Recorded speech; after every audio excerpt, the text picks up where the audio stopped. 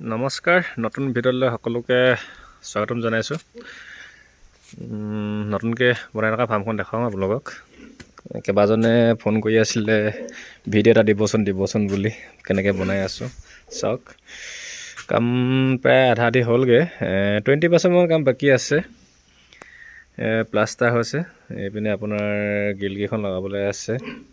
এইটো side plaster মাৰিবলৈ আছে। মিস্ত্ৰীখিনি অহা নাই মানে এইকেইদিন, সেইটো কাৰণে কামটো অলপ ৰৈ আছে।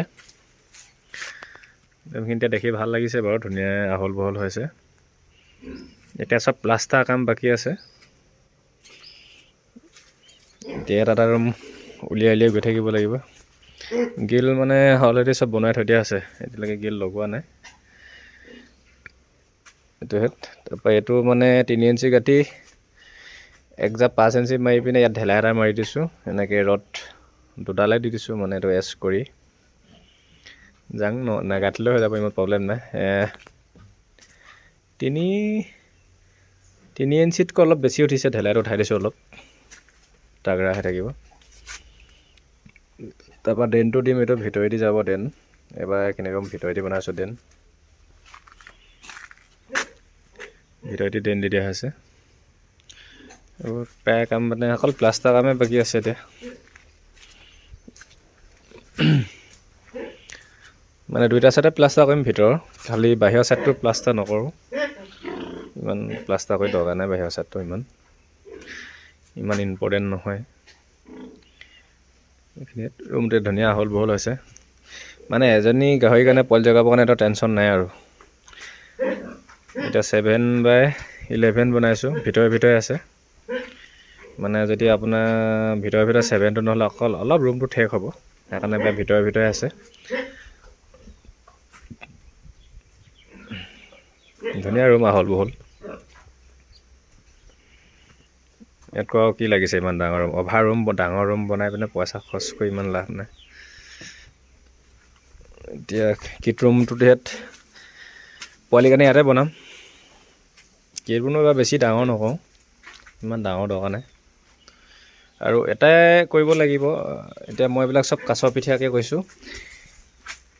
ইয়াত মুতিলেও ডাইৰেক্ট গুচি যাবগৈ, ইয়াত ৰৈ নাথাকে পানী মৰালে চিধাই ড্ৰেইনত পৰি যাব। মানে কাছৰ পিঠিয়াৰ পৰা হ'লে ভাল হয়, আৰু তেতিয়া মানে ইমান ৰুমবিলাক লেতেৰা নহয়। মই ইয়াত মুতিলেও ৰৈ নাথাকে, একদম লগে পানী গুচি যাব ধুনীয়াকৈ। এনেকৈ একজাপ মাৰিছোঁ, একজাপৰ ওপৰত ঢেলাই উঠাই দিছোঁ। 3 ইঞ্চিতকৈ অলপ বেছি উঠাই দিছোঁ ঢেলাইটো, মানে অলপ বেছি তাগৰা হ'ব তেতিয়া। বাকীটো তলতো আপোনাৰ 3 ইঞ্চি কথা হ'ল যে। ধুনীয়াকৈ বনোৱা হৈছে। এতিয়া মিস্ত্ৰীকেইটা আহিলে কাম সোনকালে হ'বগৈ আৰু। যদি কোনো লোকে বনাব লৈছে এনেকৈ বনাব, বেছি অভাৰ খৰচ কৰি লাভ নাই। মই এতিয়া ইমানখিনি গোটেই 5টা ৰুম ওলালেগৈ অলৰেডি, কিন্তু এতিয়ালৈকে মোৰ চিমেণ্ট শিল বালি হেতি টোটেল 35,000 গৈছে। 35,000 টকা খৰচ হৈছে এতিয়ালৈকে। তাৰপৰা এই কৰিডৰটো বনাবলৈ আছে, এইটো মই আপোনাৰ 3.5 ফুট ৰাখিছোঁ। মিনিমাম 4 ফুট ৰাখিলে ভাল হয়, মানে আগতে ৰাখি থৈ যোৱা হ'ল যে, কাৰণে 3.5 ফুট ৰাখিলোঁ কৰিডৰটো। নহ'লে মানে দানা দিব টাইমত দুইটা ছাইড উঠি দিয়ে যে, দিবলৈ দিগদাৰ হয় মানুহ মানে। এইবোৰ গিল মই অলপ চিম্পুলকৈ বনাইছোঁ, ইমান হেভিকৈ নাই বনোৱা। 10 কেজি এখনত 10 কেজি কিবা এটাকৈ আছে, 200 গ্ৰাম 300 গ্ৰামকৈ আছে। ইমান হেভি গিল বনাই লাভ নাই।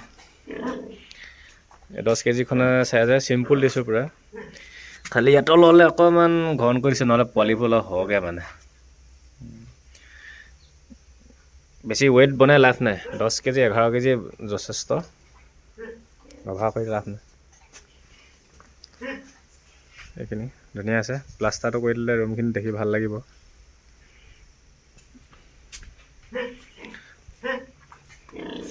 ঠিক আছে, ভিডিঅ'টো ইমানতে ৰাখিছোঁ। ধন্যবাদ।